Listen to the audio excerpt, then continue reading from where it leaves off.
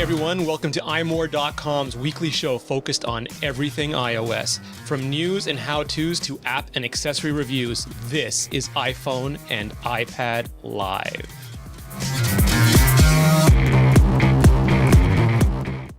It's May 23rd, 2012, and I'm Georgia, and joining us tonight is the co-host of Iterate, but not Mr. Seth Clifford. Filling in for Seth is Bjango's own Marc Edwards. Hey Marc, thank you for joining us. That's right, thanks for inviting me. It's wonderful.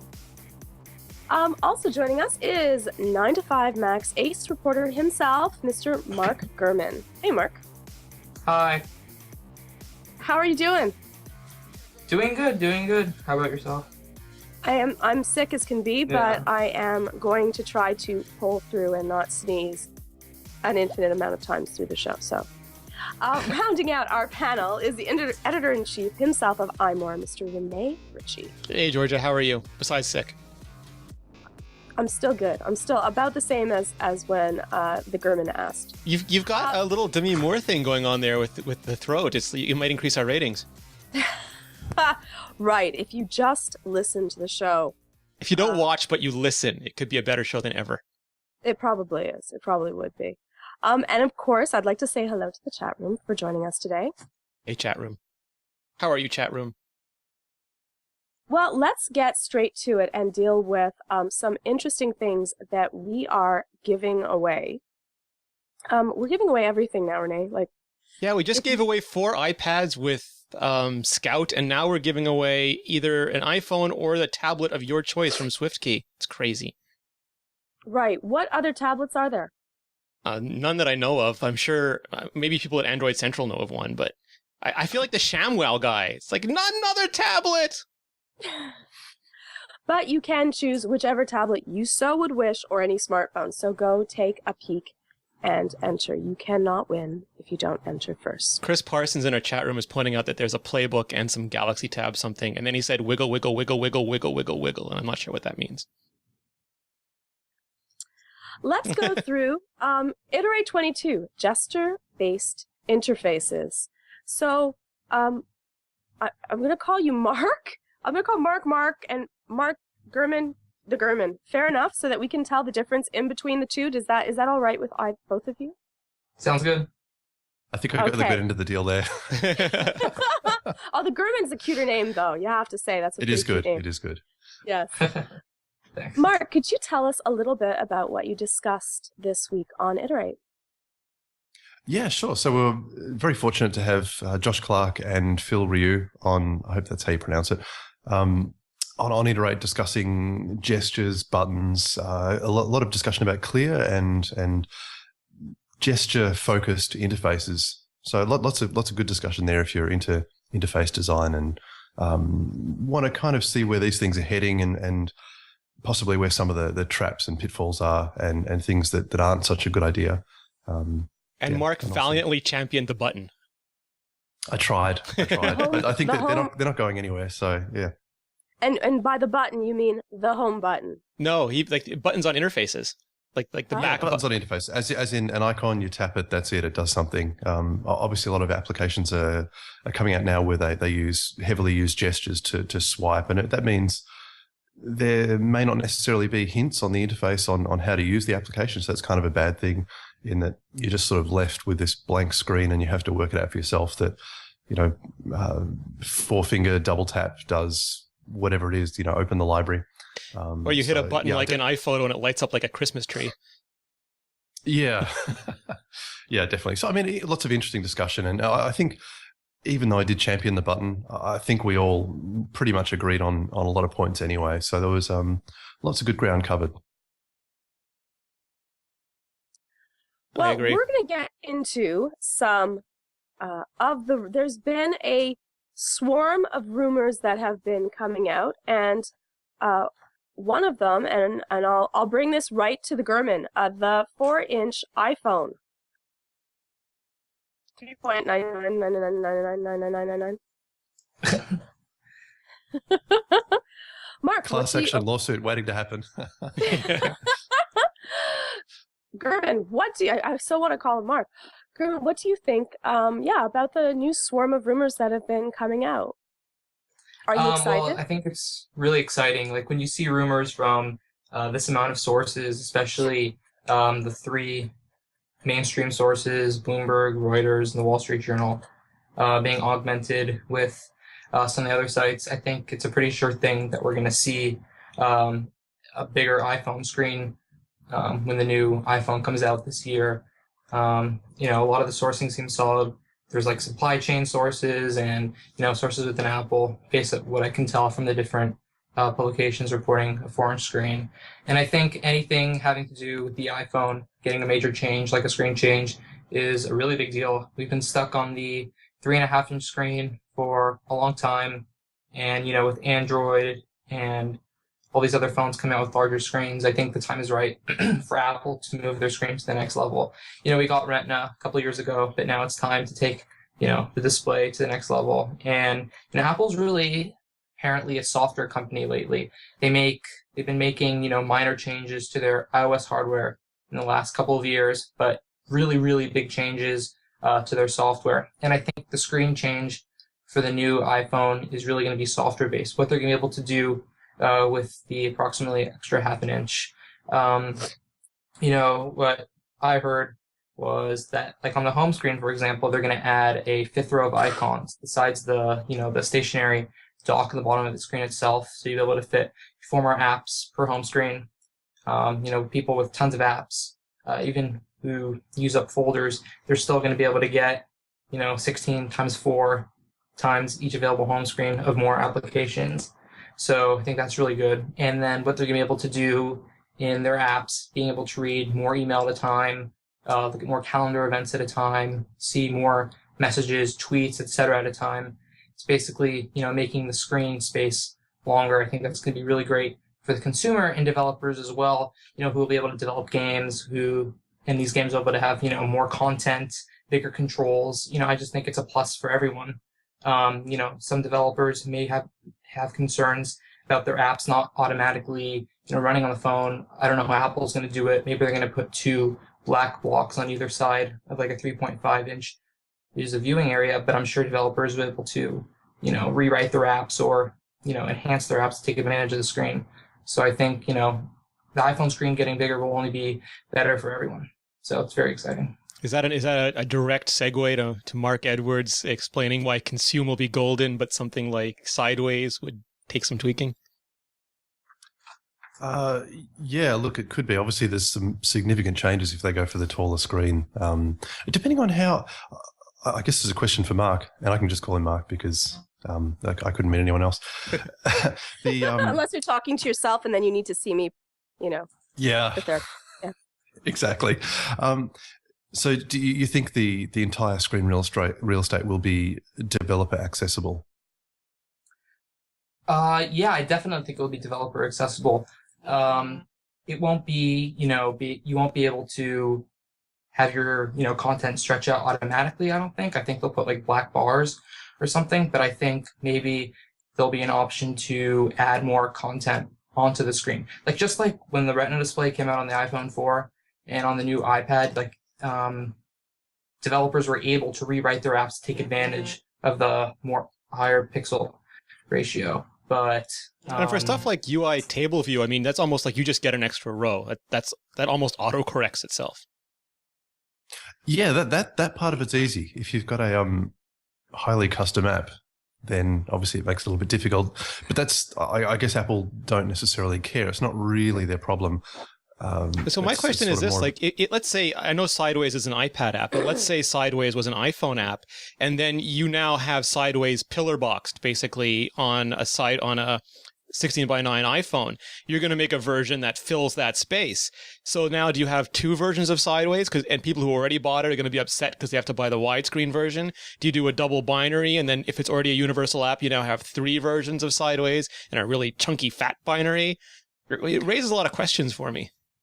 I think you'll definitely address it within the one binary. You'll definitely have just an application that takes advantage of the extra screen height. There's no question there. Games are interesting because they're actually not that difficult typically, depending on the game. But generally, OpenGL based games, you can kind of just make the view bigger and fudge a few things and you should be right. It's more it's applications that have static images that are taking up most of the screen. So they're again highly custom UI, and having that work on both iPhone and new taller iPhone could be a little bit difficult. New taller again, iPhone. that's not really Apple's problem. So I guess they could do it. My only question is why would they? Generally, Apple makes very large, well thought out moves. So my question is, clearly, if this is what they're doing, then they see the future of all their iPhones for the next possibly 5+ years being with this taller display. It also makes the landscape mode a lot wider, which makes it a lot less useful for apps, but I guess more useful for video. Having said that, the iPad's 4:3 ratio, so that was never really that great for video anyway. It's more old school TV ratio rather than being 16:9 like a lot of other tablets. So I kind of, if they want a 4-inch phone, I still don't understand why they wouldn't just make their current display in the same aspect ratio, just make it a little bit larger, and that way we'll end up with so the current iPhone is 326 pixels per inch. The current Retina iPad is 264. If they took the current iPhone screen and just made it 4-inch with the same number of pixels, so nothing changes, nothing gets worse, nothing gets broken, that would end up being 288 pixels per inch, which is actually higher than the Retina iPad. So that means it should definitely classify as Retina, and no software changes would need to be made. Having said that, if there's good reason and they prefer the aspect ratio, then I guess they'll do it. It just seems like an odd choice to break a whole lot of stuff, just for the sake of getting a bigger screen when there's probably other ways you could get the bigger screen. Yes, can they really still call it a Retina display, though, if what they had said before was the certain, the distance of which you hold your phone at? Like, the reason that they said that the iPad could be considered Retina was because you hold it at a further distance because it's larger. Well, would they be saying that you would be holding, I guess, your phone out a little bit larger and just changing the wording so that it fits within that, so that they don't have to... In marketing, the word gives meaning to the event, Georgia. Yeah, I think that's a good explanation. I mean, in terms of software-wise, really what Retina means, and I know people are going to disagree with this, I don't care, what Retina really means is it means double the pixel density. That's what it means. I know there's a whole bunch of marketing stuff that says you can't see pixels and whatever else, but really at a technical level, that's the way they've chosen to the path they've chosen. Or point, really it goes from 1 pixel to 4 pixels, right? Yeah, exactly. So it's perfect. It means it's an exact multiple. There's no issues at all. You can have this large transition period where there's non-Retina apps and Retina apps living happily in unison, holding hands and dancing under the sun. Whereas if you did something else like this, now it's not as bad, but if you go taller, obviously you'll definitely notice which apps handle it well and which apps don't.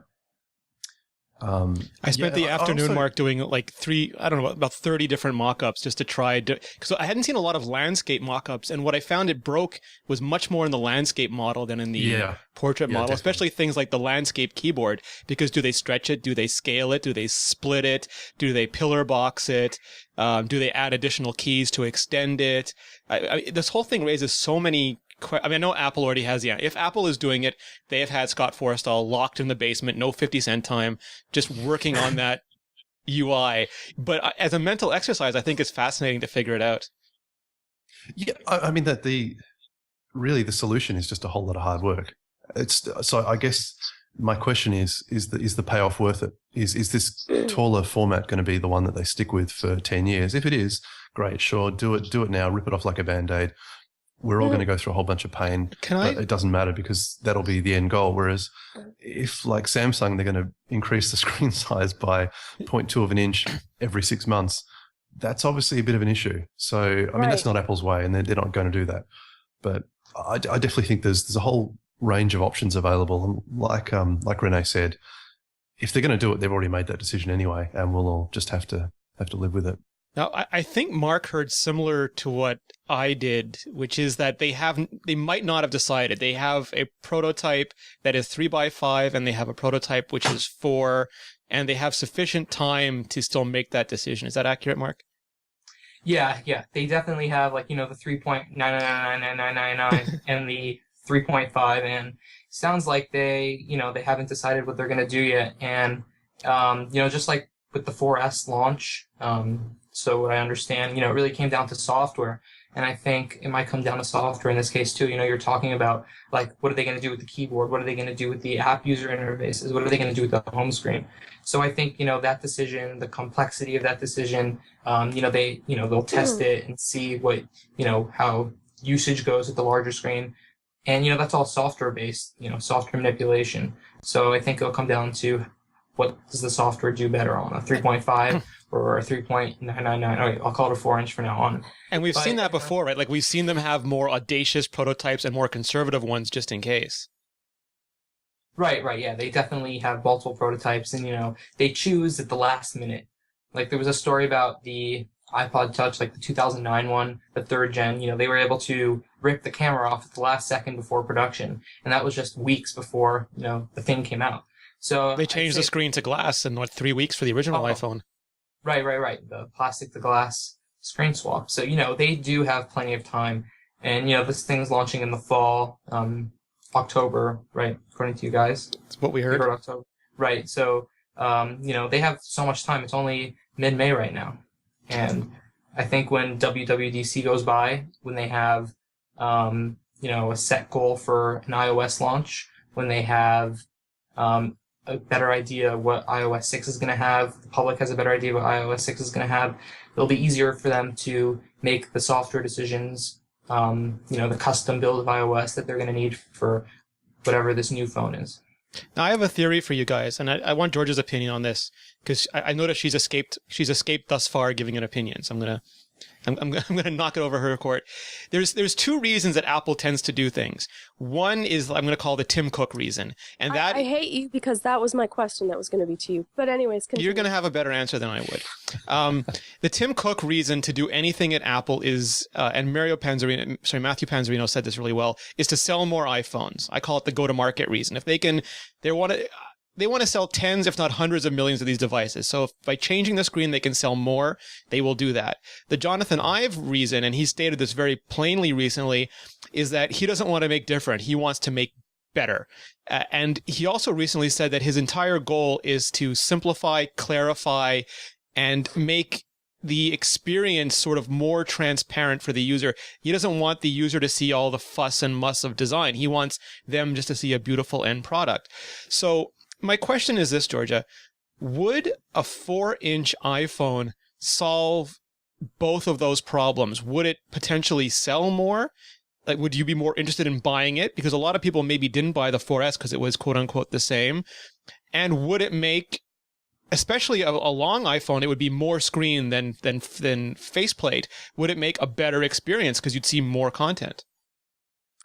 I think that they're under a lot of pressure to make a larger phone. A lot of the phones that are out there right now are getting bigger screens, and people seem to enjoy the experience of having a larger screen. I used a Note the other day, and though it was huge and difficult to fit into my pocket, I thought it was slightly too large.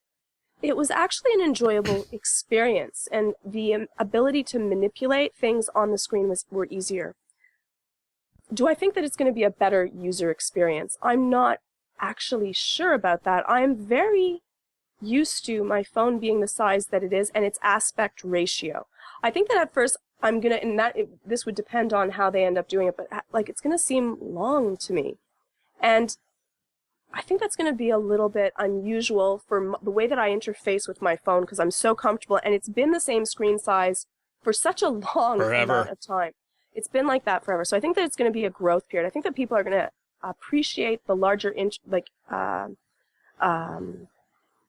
space that they're able to manipulate things, and that they'll be able to see more things will be fabulous. But I think in the end, it just came to money. I think that they felt that they would sell more phones, and I think that they feel that it would be better to market because they can go against other phones and say that we're not so much smaller. We're not like half the size of the Note. I have a hypothetical, and maybe Mark Edwards will find this interesting. Let's hypothetically say that Apple decided they wanted a bigger screen. And we spoke about this on Iterate. Every design involves compromise. So let's say they wanted a bigger screen, but they didn't want a fundamentally larger iPhone.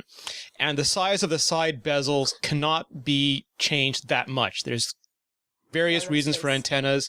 Yeah, there's various reasons why they can't change the side bezels too much. Given that, their only choice really, they can't go sideways, is to go up and down. So if those are fixed, bigger screen, same phone size, is this a good compromise? Yeah, that sounds like a fair assumption. I think that's one of the things where maybe the hardware does factor into it and play a big part in determining the screen size, and maybe they're willing to live with a whole bunch of pain software wise because of that. And again, it's one of those things where it's a transition, like they've made transitions in the past from 68,000 to PowerPC to Intel, and they've done a whole lot of other stuff. Obviously, the transition points are bad, but if you make the right decision and you stick to it, then there's a lot of gain down the road. So yeah, I think that's a fair assumption, and that could be the reason why they're doing it. That's the turbulence, right, Mark? Yeah, exactly. If they're going to do a redesign, why don't they actually make the phone itself larger so that they have more real estate, more space in order to put batteries, in order to power a larger phone? Doesn't have to increase the thickness as much as it would before, and we can have a better aspect ratio instead of having a really long phone. Like, they're going to be going through the redesign anyways. They want people to purchase the phone. They're still going to have to go through a huge difference in manufacturing, and at least they'll have more space to stick stuff in it. I'm guessing it all comes down to the tens or hundreds of prototypes they've got in the lab and the testing they've done. They've probably worked out that, on an average hand size, you can use the thing with just a thumb, and maybe that wasn't possible with the 4-inch enlarged screen, same ratio. So, yeah, look, I'm like everything Apple does. You can guarantee that they've thought about it, and it's a very well, not everything, but most things Apple do are very well considered. It's the cliche, right? 10 designs, 3 prototypes, 1 product. Yeah, exactly. Also, getting back to selling more iPhones, Horace Deju of Simco has done obviously a ton of research and has graphs for every minutia of it. Graphs for graphs. Yeah, graphs for graphs. It seems Apple's biggest issue is supply rather than demand. So their big issue is just making enough stuff, enough gadgets. So I think though, Mark, they didn't go through that as much with the iPad, the new iPad release, as they did in the past. Like, they're getting better with reaching demand. Oh yeah, they're getting better with reaching demand, but at the same time, the iPhone is typically selling twice as many units of each new model every year. So, the iPhone 4S will probably sell as many devices as every single model prior to it combined, and the iPad's the same, but with an even steeper incline. So it's they're doing some pretty serious numbers. So I definitely see your point, and I think they definitely want to be the most appealing phone on the planet, and therefore maybe that means a bigger screen is a good choice. Can I give you guys Can I give you guys some numbers? Sure. Yeah, sure. I'll do my Josiah Bartlett impression. So we did a poll. Georgia actually ran a poll. She asked the iMore Nation, 4,420 people surveyed, and we gave them options. Which kind of 4-inch screen would you like to see? And surprising, at least to me, 43% said they wanted to see 1280 by 720, which I believe is the size of something like an HTC One X or the new generation of Android superphones. 20% said leave it at 3.5. If it ain't broke, don't fix it. Around 10% said 2.3, but stretch it out, make it 1920 by 1280, which is, what was that, 8 pixels per inch? Anyways, it's 4x instead of 2x. 9% said they want 1024 by 768, which is basically an iPad screen splotched onto an iPhone. 7% said they wanted it to stay the same way, but they wanted to have more pixels. That's around 1092, but 728. Same DPI, just add pixels to make it 4 inches. And only 7% chose the tall boy, the 16 by 9 at 640 by 1136. And only 5% chose the one we mentioned earlier, Georgia, the stretched one, which would be the same ratio at a lower DPI. And I found that really interesting. It was almost the inverse of what I thought it would be. What did you expect, Rene? I thought they'd want the 4-inch. I thought they'd want to keep the 960 by 640 and just stretch it to 4 inches. That was my guess. But they said no. Maybe the technical constraints aren't as much of a pain point for the users as the as the people who develop. Mark Gurman, could it just be that people love their gigantic Android phones? I think that. But going back to what you guys were talking about a couple minutes ago, like in terms of Tim Cook wanting to sell more phones and, a 4-inch screen helping Apple sell more phones, and Johnny Ive wanting to get, the technical stuff out of the way and just having a great experience for the user. I think the current rumors of, same form factor, the taller screen is really the integration of those two ideas. You're getting this 4-inch screen, but you're getting a phone that's the same size as the 4 and 4S. And, the 4 and 4S is a really small phone, or, moderately small phone compared to all these Android phones these days. So I think putting a 4-inch screen on a phone like this requires, making it taller. Like you were talking about, like the bezel can't shrink for, I think it can't shrink for design reasons. And you're also saying or speculating that it can't shrink for, technical reasons, maybe something to do with the antenna. So I think making it longer is the only way to make the screen bigger, but keeping the phone the same size. And I think both ideas are really important. And I think if making the screen longer is only, small hardship on developers or Apple's, iOS team itself, I think that's something that Apple and developers need to deal with to make a phone, that's going to be more attractive to the market.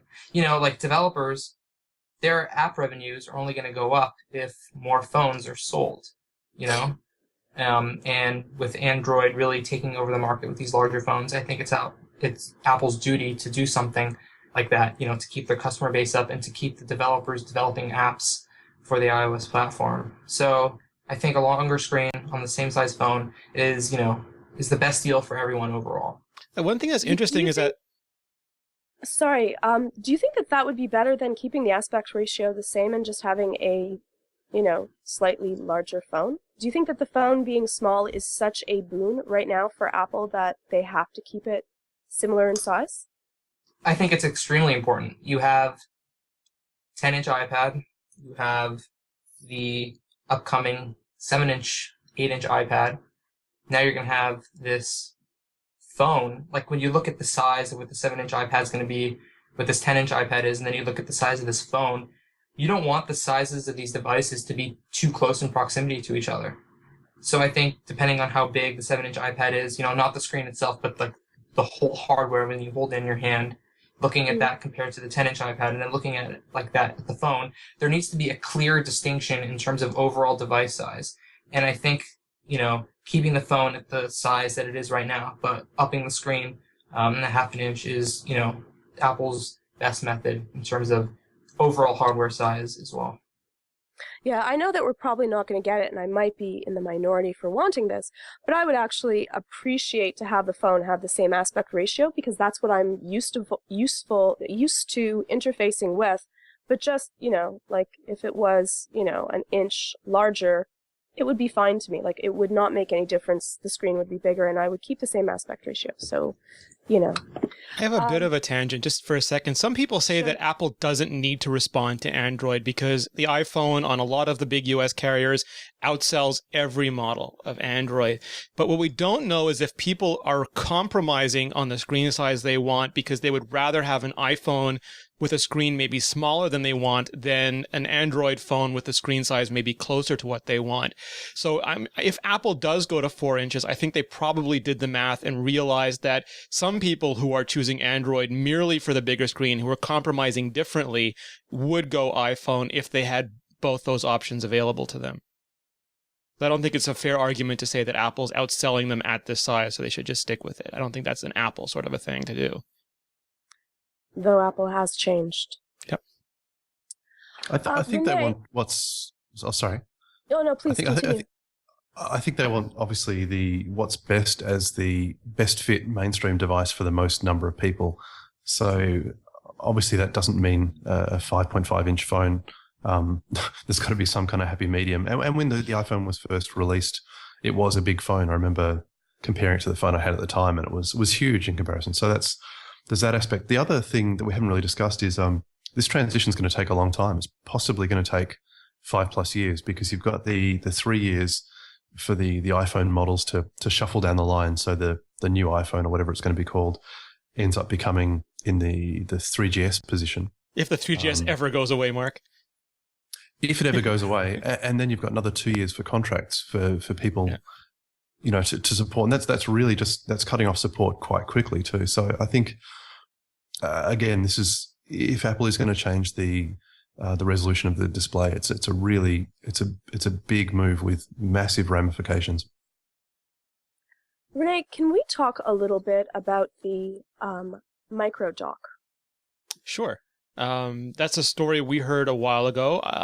It sounded, Apple's had the 30-pin dock connector for a long time, so it was hard to believe, but we had an excellent source who swore that it was accurate, so we ran with it. I believe Marc Gurman has heard it now as well. The folks at iLounge have heard it now as well. And we just heard that that's it. They're going to micro dock. They want to save size. They don't need all those pins anymore. And that's going to be the future for iOS devices. Now, why though? Like, how much space does it actually help on the phone? And why exactly make this change? What difference does it make? I'm going to have to purchase, again, a whole bunch of different interfaces for my new phone. Well, I mean, you're talking about, so when you're talking about an iPhone and you're talking about the package that Apple has in the iPhone, you're talking every millimeter, every micromillimeter, every milliamp, every molecule is important. So when they went from, Apple is busy fighting for a nano SIM because they want to take off a tiny, insignificant amount of plastic to save room. So anything they can do to make the phone thinner and save space on the outside, they are going to do. And if a micro dock will help them push a little bit more battery, make it a millimeter thinner, I think Apple would do that in a hot second. Marc Gurman, do you agree with that that's the reasoning for it? Just real estate? Yeah, I definitely agree. I don't think that there's any reason to make the dock any different than it is right now, unless they're doing it for a purpose. Like everyone is talking about, every time Apple decides to make a change, it's for a purpose. Just like when they make this longer screen, it's for a reason, a technical reason, a design reason, a user reason, a software reason. So I definitely think, as Rene said, this is going to help a lot with battery life, make the phone slightly thinner. And it's really important when this phone gets LTE as well. And I don't know how important it is for something like in an iPad. I think Apple has the room to put a really big battery in the iPad, but I think they want to streamline it across all their devices. But I think the real reason they're making the micro dock is for the phone to be able to fit in more battery and LTE, which is, of course, more important on the phone than on the iPad. And they'll throw you a $30 adapter, Georgia, if you're nice. Yes, thank you. You said that they would make it thinner. What exactly did you mean by that? Oh, it's just do you actually think that the new phone will be thinner than the phone that we have now? Is that even possible? I think, I don't know. It's hard to say with the rumored LTE and and the battery needed to make an LTE phone last to how long Apple wants it to last. Because it takes more battery power to power the phone for the same amount of time, so they're going to have to shove more battery into this telephone in order to do that. The LTE iPad is basically one big battery with the aluminum casing and a screen on top. Yeah. So, exactly. It's just crazy to me how they're going to pull it off. But, they've had the same design for 2 years, so they've been working at least 2 years on this next design. Steve Jobs has been working on it. That's interesting too. Yeah. Yeah. Do you actually believe that is this a marketing ploy, that they're just saying that in hopes that it will be easier for us to accept the new phone with the new design, saying that Steve actually did have a hand in making it? Rene, do you think that this is more than that? I think that, there were rumors when Steve Jobs passed away that he was involved in the product line for the next 4 years. And I think, there were a lot of rumors last year. And last year they had 2 or 3 iPhone prototypes. And I don't think Apple abandons those ideas. I think the ones that they can't realize one year, they push forward into the next year.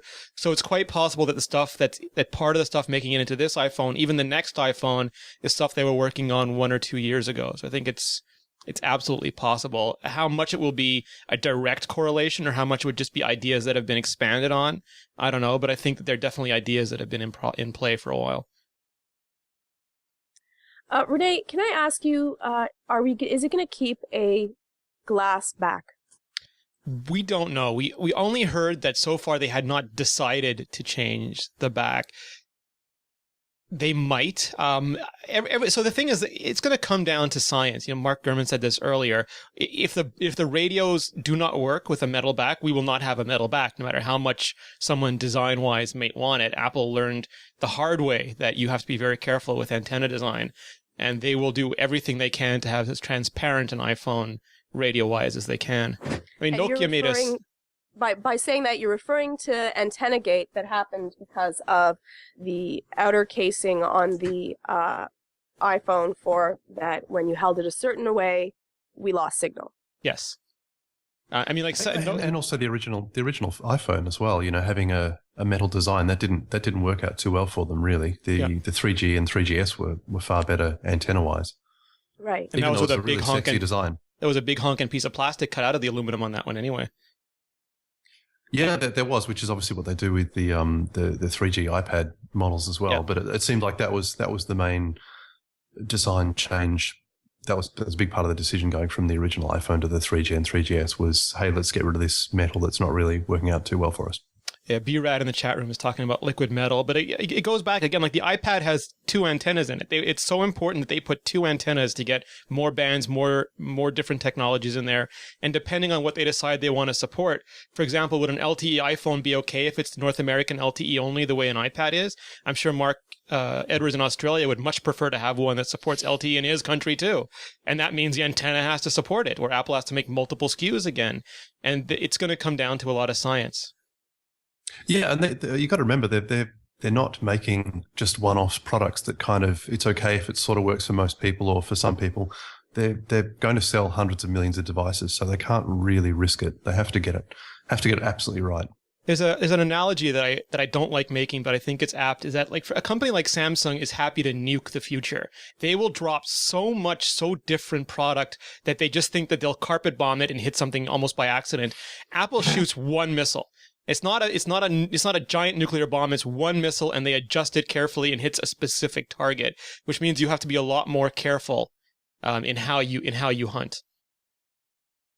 Yeah, they're snipers, not they don't shoot with a shotgun. Yes, absolutely. The interesting part of that, though, is because Apple is so secretive, their amount of beta testing of different phone designs has to happen in a really small population of people, which increases the chances that they're going to have an error in their final design choice. If they end up allowing the phone out to a lot of people, they end up being left at bars in the middle of the night and someone picks it up. Some horrible, evil blogger, I'm not going to point any fingers, will run with the story by the phone and it will be a scandal to Apple. But because of that, it does increase the chances that they're going to go with a design that might not be as good of an idea as anything that they could have. I think they're past that. I mean, I think that they built that gazillion-dollar antenna testing facility. They've learned to hide iPhones in other iPhone cases. They've had, which also was lost at a bar. Yes, no, absolutely, and twice. Twice. That we know of. I mean, some of these pop up in Vietnam and places. I mean, the more you test it, the more it's going to. That's a fact of life. I don't think they can stop testing it. No, I think that they have to test it, but I think that the fact of the manner that they go about it being so secretive can be a negative. But like we don't see a lot of Galaxy, like we didn't see the Galaxy S3 out being tested, or at least I didn't see tons of... Ouch. Sorry. No, Is that a Galaxy S3? No, I mean Phil Nicholson would be sitting on every flagpole looking down for that thing. Well, there's a big... It may also be harder to identify. If I may, before all of the flamers come and get me with pitchforks... Georgia at imore.com.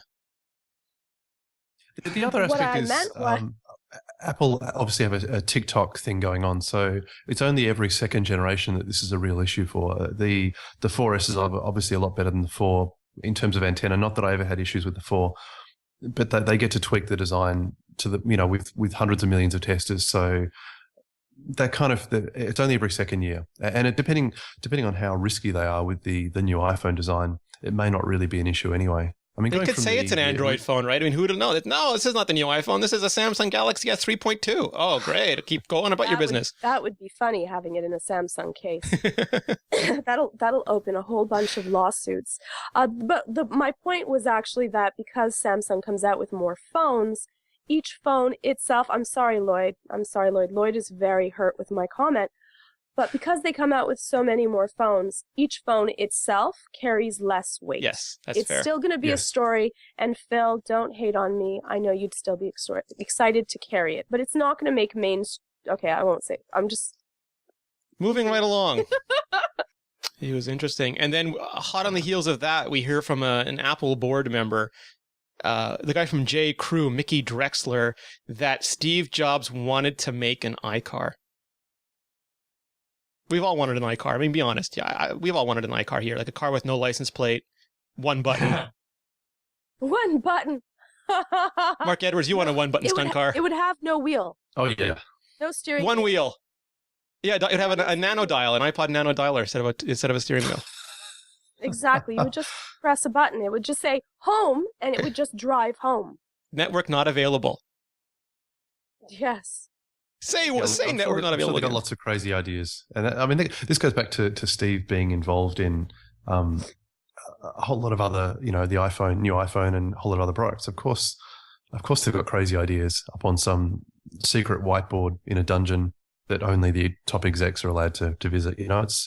It's understandable that they'd have grand plans. That's how something like the iPad would have been created in the first place. Did you just say that, like in the movie Batman Begins, there is a hangar bay below Cupertino where someone in the Bruce Wayne role and someone in the Morgan Freeman role are driving a tumbler? Was that what you were suggesting, Mark? Well, we know about the secret room in Pixar, or one of them. Ooh.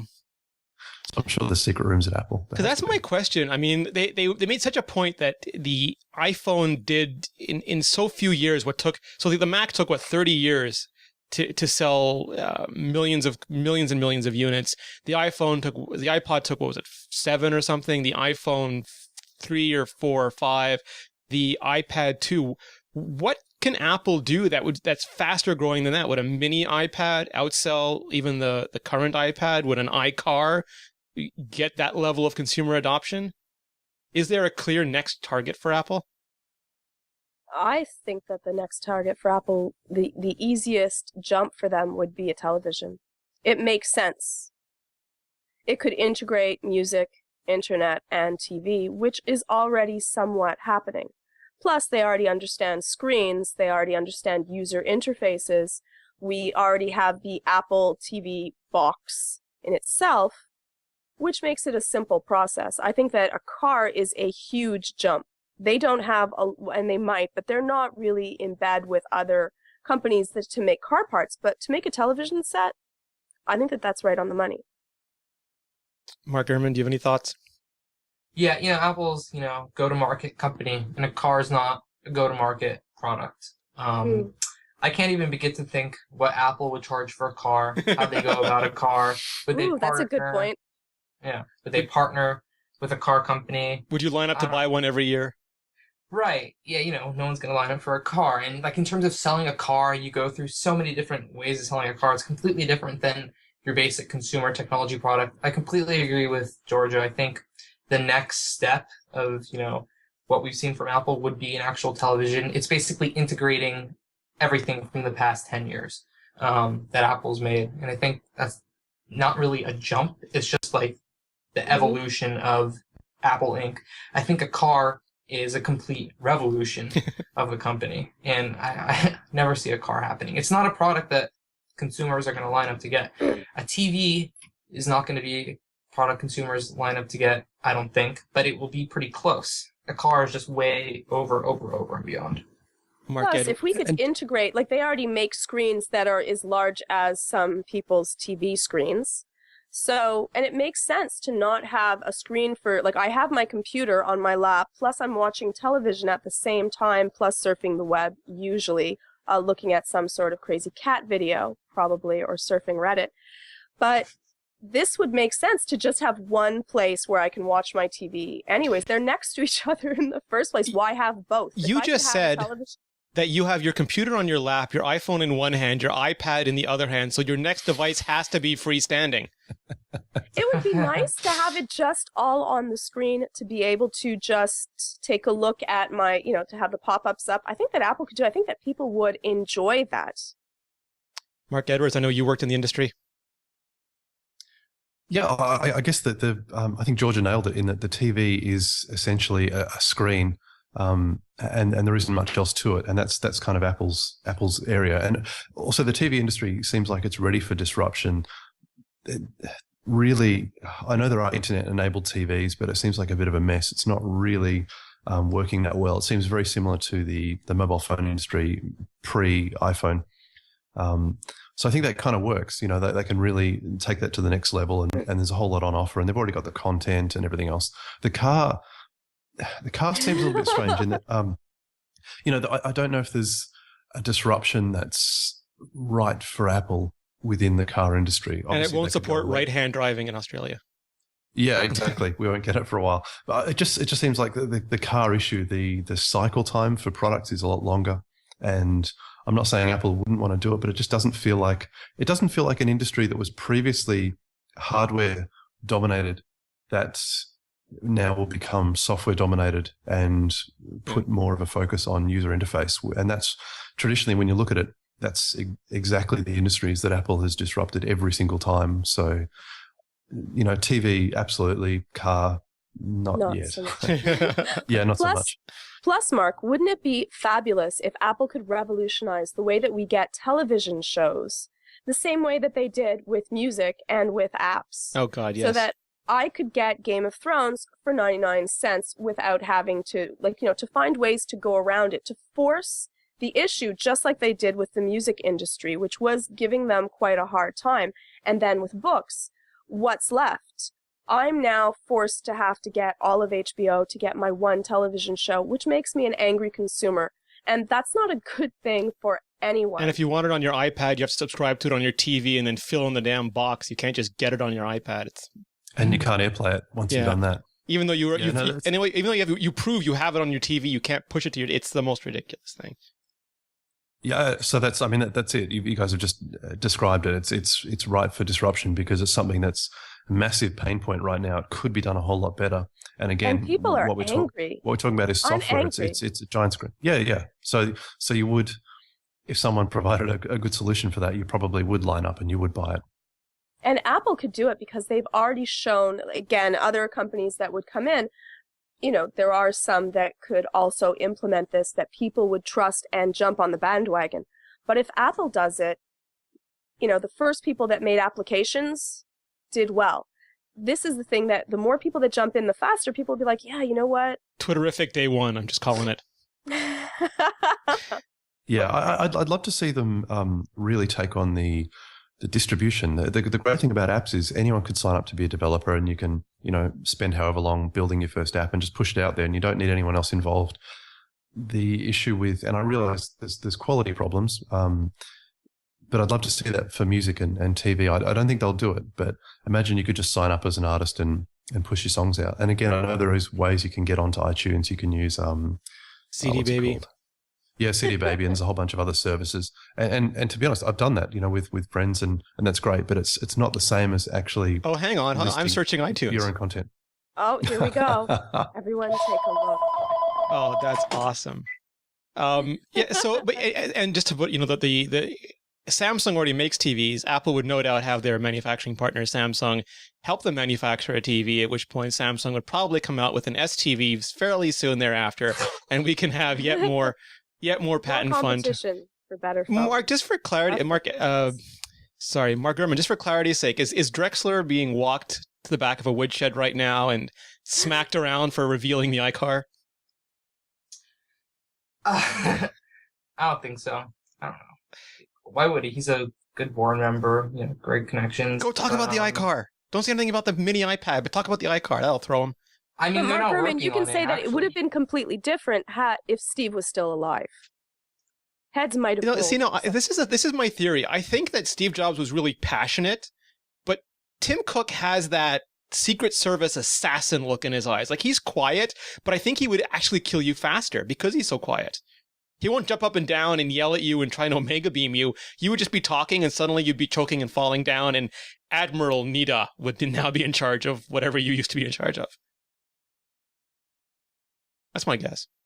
Yeah, I'd agree. I don't think, even if Steve wanted to do a car, I don't think Tim would let him. You know, like, it's a dumb idea for a consumer technology company to jump into a car and ruin their brand over something they shouldn't release in the first place. Yeah.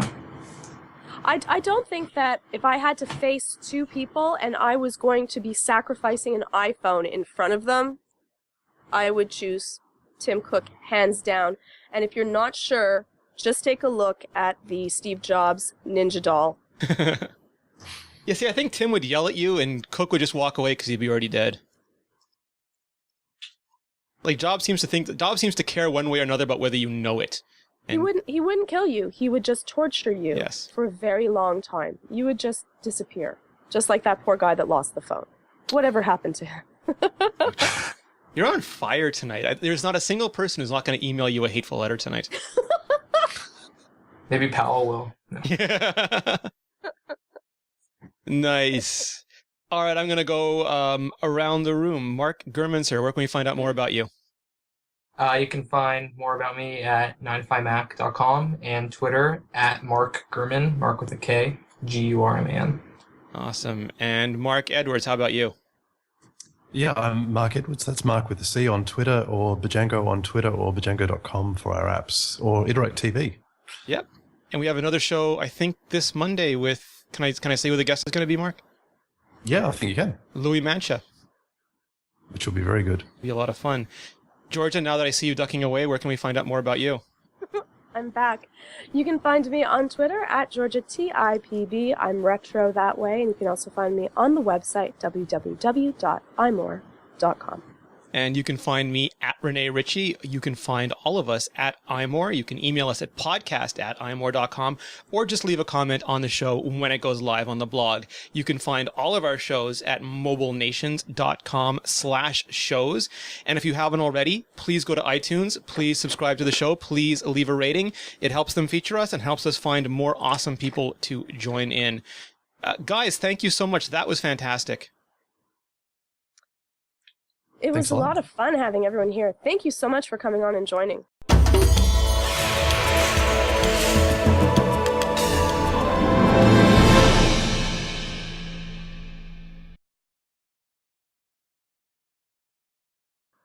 And Marc Gurman, I will see you at WWDC. I'll see you. Should be fun. I'm going to carry around a FaceTime of Mark Edwards just to make it. Yeah, I'm so jealous. Yeah, Seth and I will have Mark on FaceTime on the bar, although you might be obscured by the amount of whiskey glasses that Seth piles in front of you. That's all right. It was always going to happen. And thank you, chat room. You guys are fantastic. We'll do some chat room Guys, questions I next time. request-